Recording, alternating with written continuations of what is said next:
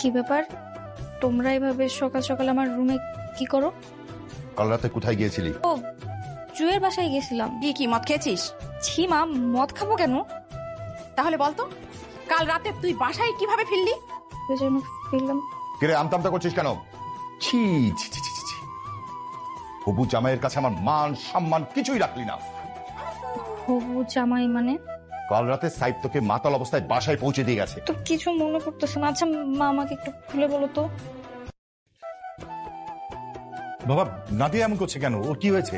আমি জিজ্ঞেস করে যতটুকু বুঝতে পারলাম, ওই ফ্রেন্ডের বাসাতে কোক মনে করে উল্টা পাল্টা কিছু একটা খেয়ে ফেলছে, তাই এরকম হচ্ছে। ছি ছি ছি ছি। মেয়ে তো আমার মান সম্মান কিছুই রাখলো না। হ্যাঁ, মানে আমার একটু একটু মনে পড়ছে। ছেলেটা কত ভালো, এত কিছু পরও বাসায় কিছুই বলেনি। তুই এক কাজ কর, ওকে ফোন দে, ফোন দিয়ে সরি বল, আর বল যে দেখা করতে চাই। রাতের জন্য আপনাকে সরি বলতে ফোন দিলাম, কিছুর জন্য সরি। হ্যাঁ, ইটস ওকে, সমস্যা নেই। আজকে কি একটু দেখা করতে পারবেন? আজকে হ্যাঁ পারবো। ওয়ালাইকুম আসসালাম। নাদিয়া বাসায় আছে? হ্যাঁ হ্যাঁ, ও বাসায় আছে, তুমি আসো, আমি ওকে ডেকে দিচ্ছি। আসো। কিরে, তুই রেডি? হ্যাঁ মা, রেডি। তাহলে চল, সাইফ তো চলে এসেছে। কি ভাবেন কি আপনি নিজেকে? হ্যাঁ, পুলিশ হয়েছেন তো কি হয়েছে? আপনি কি দেশের প্রাইম মিনিস্টার ভাবেন নিজেকে?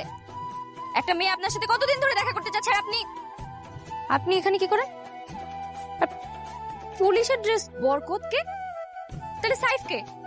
আমি সাইফ, আমি বরকত, আমি আপনার ফিয়ন্সি। তাহলে তো বুঝছি, প্রথমত আপনি আমার রাগ দেখছেন, দ্বিতীয়ত আপনি আমার মাতলামি দেখছেন, তৃতীয়ত আপনি আবারও আমার রাগ দেখছেন। পছন্দ হওয়ার চান্স শেষ। কিন্তু আমার তো আপনাকে পছন্দ হয়েছে। আপনি রাগী হলেও আপনার মনটা অনেক সহজ হয়, আর আমার লাইফে একটা রাগী মেয়েরই খুব দরকার ছিল। কেন আপনার লাইফ পার্টনার হিসেবে আপনার রাগী মেয়েই লাগবে কেন? দেখুন, আমার প্রফেশনের জন্য সবাই আমাকে ভয় পায়, সবাই আমার রাগটাই দেখে, কিন্তু আমি কার রাগ দেখব?